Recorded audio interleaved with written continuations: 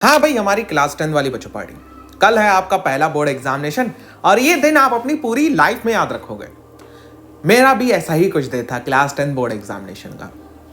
Time ऐसे ही कुछ उस टाइम में जो बोर्ड एग्जामिनेशन थे वो आपके 12 फरवरी को स्टार्ट हुआ था। मेरा बोर्ड एग्जामिनेशन पहला इंग्लिश का पढ़ा था।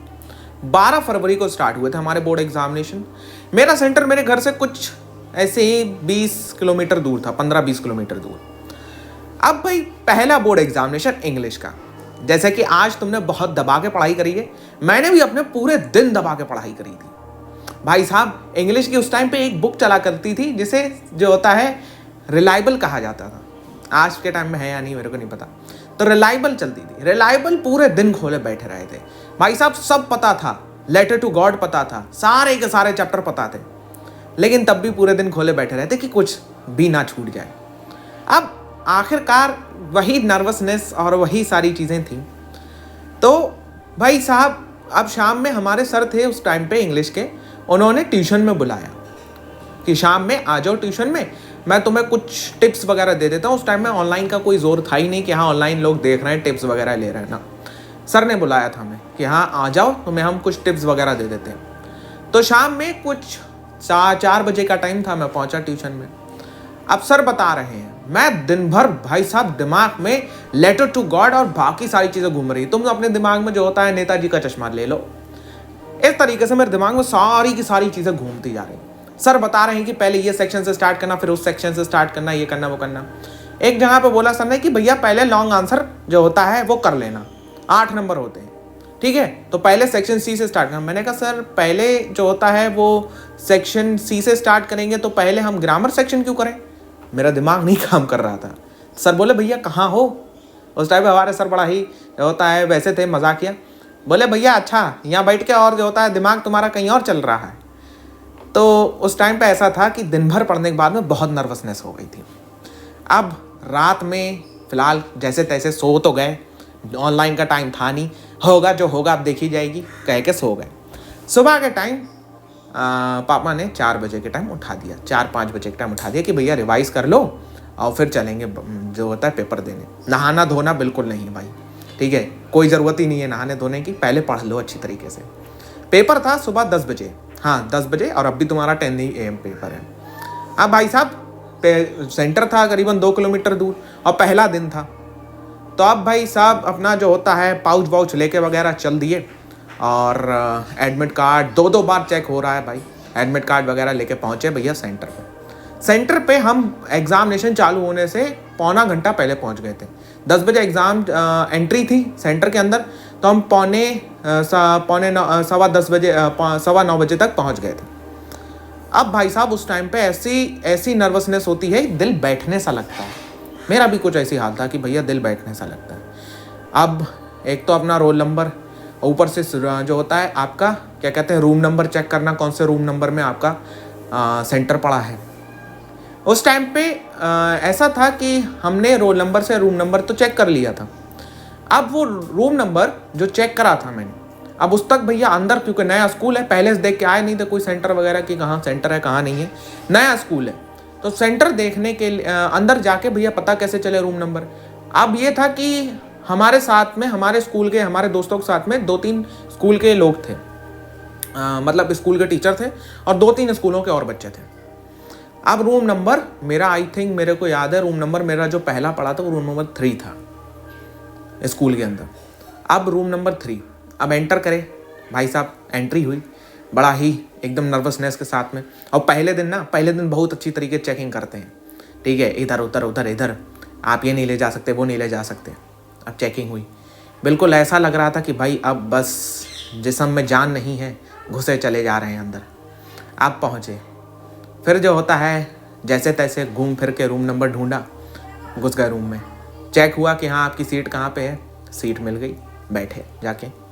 अब जब सीट मिल गई बैठे, अब जो होता है दिमाग में टक टक टक टक टक टक टक टक दिल की धड़कनें हाँ कानों में सुनाई दे रही, क्योंकि उस टाइम पे क्लास में कोई नहीं बोल रहा था। दिमाग में टक टक टक टक टक टक घड़ी की आवाज़ आ रही जो सामने टंगी चल रही थी, और दिल की धड़कनें दुक दुक दुक दुक दुक दुक दुक दुक दुक, ठीक है, घोड़े की स्पीड से भाग रही। अब ये सारी चीज़ें सुनाई दे रही थी। अब हमें मिल गई हमारी आंसर शीट। अब आंसर शीट पहले आधा घंटा पहले मिल जाती है, सील्ड होती है, खोलने की इजाज़त नहीं होती है। अब भी नहीं है तो मैं खोलना नहीं है आंसर शीट। तो उसमें था कि अपना OMR शीट फिल कर दो और अपना नाम वगैरह डाल लो।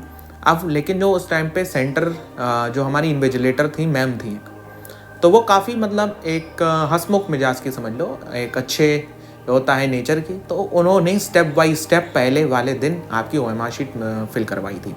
नाम, फिर जो होता है OMR शीट में ये गलतियाँ ना करना, ये मत करना, ऐसे मत फिल करना, जो डाउट हो पूछ लो, यहाँ पे क्या डालना है, यहाँ पे क्या डालना है, यहाँ पे क्या डालना है, स्टेप बाय स्टेप हर चीज़ उन्होंने बताई। तो उससे बड़ा ही रिलैक्सेशन हो गया था कि हाँ भैया अब चलो होगा, पेपर जैसा जाएगा देखी जाएगी। अब पेपर आया हाथ में, तो पेपर में एक चीज़ मैं तुम्हें बताना चाहता हूँ कि पेपर कभी पूरा मत पढ़ना। पूरा पढ़ोगे तो तुम्हारा दिमाग परेशान हो जाता है कि तुम्हें जो चीज़ नहीं आती है उस पर वो ज़्यादा ध्यान देता है, भले को जो चीज़ तुम्हें आती है। मैंने पेपर आया उस टाइम पे हमारे सर ने बताया था पेपर पलट देना तुरंत, सेक्शन डी से चालू करना। और जो होता है जो 15 मिनट मिले उसमें सेक्शन ए, मैं रिकमेंड करता हूँ कि सेक्शन ए से आप चालू करो, लेकिन हमारे सर ने उस टाइम कहा था सेक्शन डी से चालू करना, तो हमने वैसा ही करा। तो पेपर पलट दिया, सेक्शन डी खोला, पहला क्वेश्चन देखा था, मेरे को आज भी याद है, ट्रिकी वाला क्वेश्चन। ठीक है, होरेस वो आपका जो होता है ट्रम्प ऑफ सर्जरी, ट्रिकी वाला क्वेश्चन। तो भैया कॉपी खोली और लिखना चालू करा। जैसे ही पहला पेन पहला अक्षर लिखा, सारी नर्वसनेस बराबर हो गई कि आप लिख रहे हैं। फिर तो कोई ध्यान ही नहीं रहता है, धड़ाधड़ अपने लिख रहे हो। बाकी सारे पेपरों में भी ऐसा ही एक्सपीरियंस रहा। एग्ज़ाम हॉल में देखो जो चीटिंग वगैरह होती है वो नहीं हो सकती। एक टीचर आगे, एक टीचर पीछे, 2 कैमरे, कुछ नहीं कर सकते हो। तो नर्वसनेस होना, ये सारी चीज़ें बहुत ज़्यादा होती हैं, हर बच्चे के साथ होती हैं। इवन आज भी मैं कोई एग्ज़ाम देने जाता हूँ तो नर्वसनेस हो जाती है। तो एग्ज़ाम प्रोसेस है और रिज़ल्ट भी प्रोसेस है। जैसा आप साल भर कोई काम करते हो ना, तो फिर उसकी टेस्ट होता है कि आपने कुछ सीखा है नहीं सीखा है, वो टेस्ट है। डरने की ज़रूरत नहीं होती, सारी नर्वसनेस छोड़ दो, अपनी पढ़ाई, तुम अपने पे भरोसा रखो, क्या तुमने जो पढ़ लिया बहुत पढ़ लिया है। हर एग्ज़ाम के लिए तुम्हें ये चीज़ पता होनी चाहिए कि मैंने जो पढ़ा है वो मेरे लिए इनफ है। अब मुझे कोई चीज़ की ज़रूरत नहीं, मेरे को कोई फिक्र नहीं, कोई टेंशन नहीं, कोई परेशानी नहीं। जो आएगा अच्छा आएगा, जो मैंने पढ़ा है वो मेरे लिए है और जो मैं करूँगा वो अच्छे के लिए करूँगा।